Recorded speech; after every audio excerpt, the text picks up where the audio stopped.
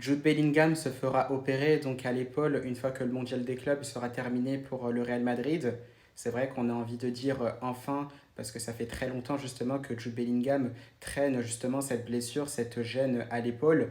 Justement, on avait d'ailleurs lancé des débats quant à savoir s'il fallait que l'international des Three Lions se fasse opérer donc avant le mondial des clubs ou pendant le mondial des clubs justement pour qu'il soit apte dès que la Liga redémarrait.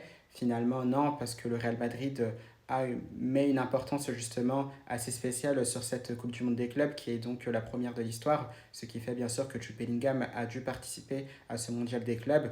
Donc bien sûr, la bonne nouvelle, c'est qu'il se fera opérer donc après ce mondial. Bien sûr, on devrait le récupérer bien sûr à 100% une fois qu'il sera de retour. Bien sûr, le petit hic aussi, c'est qu'il devrait certainement manquer donc quelques matchs en début de saison prochaine pour le Real Madrid. Donc ça peut être la petite inquiétude. Ça ferait bien sûr un milieu de terrain en moins à voir justement comment le Real Madrid pourrait s'organiser sans justement Jude Bellingham puisque son absence pourrait être de plusieurs semaines. Dans tous les cas, c'est une bonne nouvelle, mais c'est aussi à la fois une mauvaise nouvelle pour le Real Madrid. Dites-moi ce que vous en pensez en commentaire, mais dans tous les cas, je pense que c'est un mal pour un bien pour Jude Bellingham qui pourra être débarrassé de cette gêne et qui pourra revenir à 100% dès qu'il sera de retour.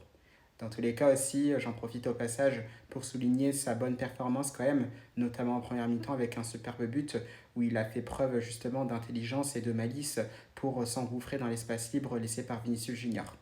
Donc voilà, très bon match de Jude Bellingham et surtout à la Madrid.